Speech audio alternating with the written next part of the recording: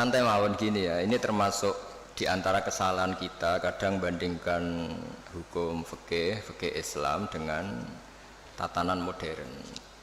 Sebetulnya masalahnya anda harus ekstrim itu gitu.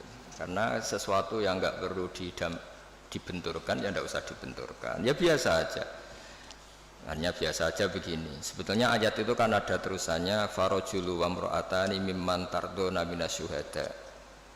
Ukurannya apa? Misalnya antadilla ihdahuma fatudzakkira ihdahumal ukhra. Jadi Abu Hanifah itu sangat longgar dalam bab usul fikih. Jadi yang diceritakan Quran itu tentu kondisi ideal versi yang paling baik, versi yang paling dapat ridha Allah. Tapi selalu saja, saya ulang lagi, selalu saja ada ruang di mana orang-orang ahli fikih bikin kaidah ma la yudraku kulluh la yutraku kulluh. Jangan kalau tidak bisa ideal terus sama sekali. Jadi kalau tidak bisa a'lal kamalat, jangan sampai tidak di adnal kamalat. Misalnya begini, kalau nuruti ideal, saksi itu harus adil. Adil itu orangnya nggak pernah dosa besar, nggak sering dosa kecil. Mana ada orang sekarang seperti itu? Terus saksi itu orangnya harus begini-begini. Nak nuruti istri juga gitu, kalau nuruti kriteria itu harus gitu. Nggak ketemu. Li jamali harus cantik, wamali harus punya uang, harus punya nasab, punya agama. Pasti yang seperti itu tidak mau sama kamu kan gitu. Jadi, nah lalu inti daripada kesaksian itu qat'un niza.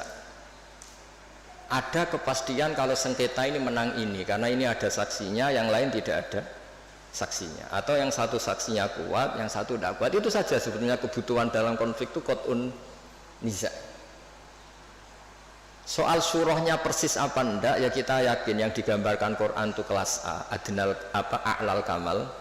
Yang kita lakukan itu adnal kamal, karena mau tidak mau, saya ulang lagi, mau tidak mau. Dulu itu malah kalau nuruti persis, kalau sengketa itu disidangkan harus habis asar. Dulu orang masih normal, kalau habis asar itu kan mau surup, itu mau matahari tenggelam. Itu zaman orang era soleh, itu mau surup itu kayak apa kiamat. Terus perasaannya orang sampai cacilik kon mlebu omah, sapi pitik kon mlebu omah. Saiki ora ya, surup-surup malah nggo mlaku-mlaku tinggo ngabuburit. Nah, dulu enggak, bayangkan dulu itu enggak ada listrik. Enggak ada listrik, terus orang itu kayak histeris setiap mau ngadepi apa malam itu. Karena enggak ada. Sehingga supaya orang itu takut akhirat, takut kematian, kalau ada sidang penting disuruh habis asar.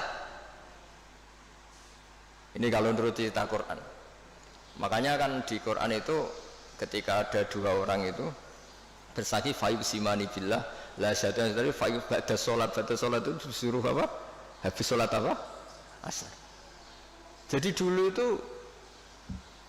orang itu sampai seperti itu. Tapi sekarang eranya rubah, orang itu profesional, ada jam ngantor.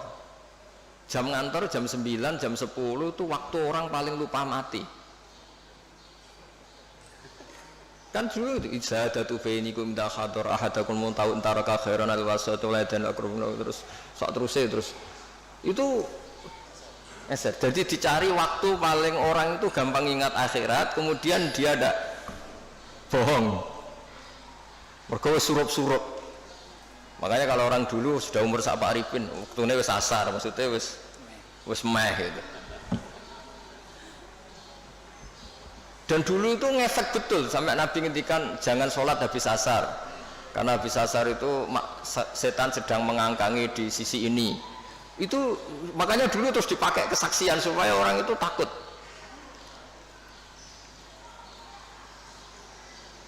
Nah, makanya saya cerita nggak perlu benturkan hukum fikih Islam dengan hukum negara, tapi kita juga jangan mengatakan terus sudah saatnya meninggalkan fikih Islam malah keliru lagi. Kita katakan tadi al-maisur la yasqutu bil ma'sur, yang bisa dilakukan ya dilakukan, yaitu tadi inti daripada kesaksian itu kan ada qat'un niza tadi. Kalau ada percekcokan ya kita tentu mihak yang punya saksi daripada yang tidak punya saksi, yang saksinya adil daripada yang saksinya fasik, yang saksinya banyak daripada yang saksinya sedikit. Ya sudah, itu yang apa ya, maksimal yang bisa kita ketahui. Bisa saja indallah sebetulnya salah, kebetulan ini saksinya adil, ternyata adil pesanan, sudah didesain sedemikian, diset sedemikian rupa, dikondisikan terus. Ya kita tidak pernah tahu, makanya saudara Rasul ketika kamu berdebat di depan saya, jangan-jangan di antara kalian cara berargumentasi lebih meyakinkan, kemudian saya menangkan. Sebenarnya ketika saya menangkan dan kamu salah, sebetulnya kamu tak kasih neraka gitu. Dan Nabi ngendikanya dengan penuh, ya Nabi punya karisma, sehingga dulu itu wong ape bodoh niku sorak sido, saking wibawanya Nabi. Nah, sekarang nyari kodi yang wibawa kayak Nabi kan tidak mungkin. Malah kodine wedi pesakitan yang mergo orderan misalnya kan ribet. Tapi jangan pula katakan gak usah ada kodi ada adil, malah gak karu-karuan dunia ini. Ya tadi kaidahnya Mbah Mun, semua ulama itu malah yudraku kulluh la yudraku kulluh. Saya sering disewani santri atau masyarakat, Gus kula badhe pegatan, bojoku ucur wewet judes ngene-ngene. Terus ketika tak bedheki gini rata-rata sudah pegatan. Enak endi keceluk di bojo ambek keceluk duduk, isin di kira-kira, isin duduk wis gitu. Wong lanang ngerti bojo iki ribet.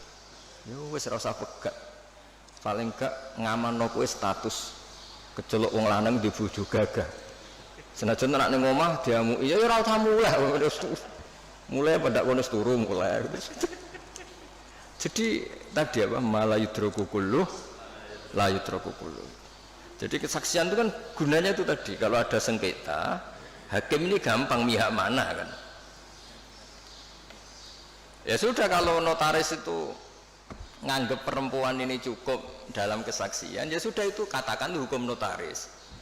Tapi apa itu menghilangkan hukum Islam apa? Nggak usah gitu, itu nanti memicu. Senengannya kok memicu. Ya kira-kira gitu ya.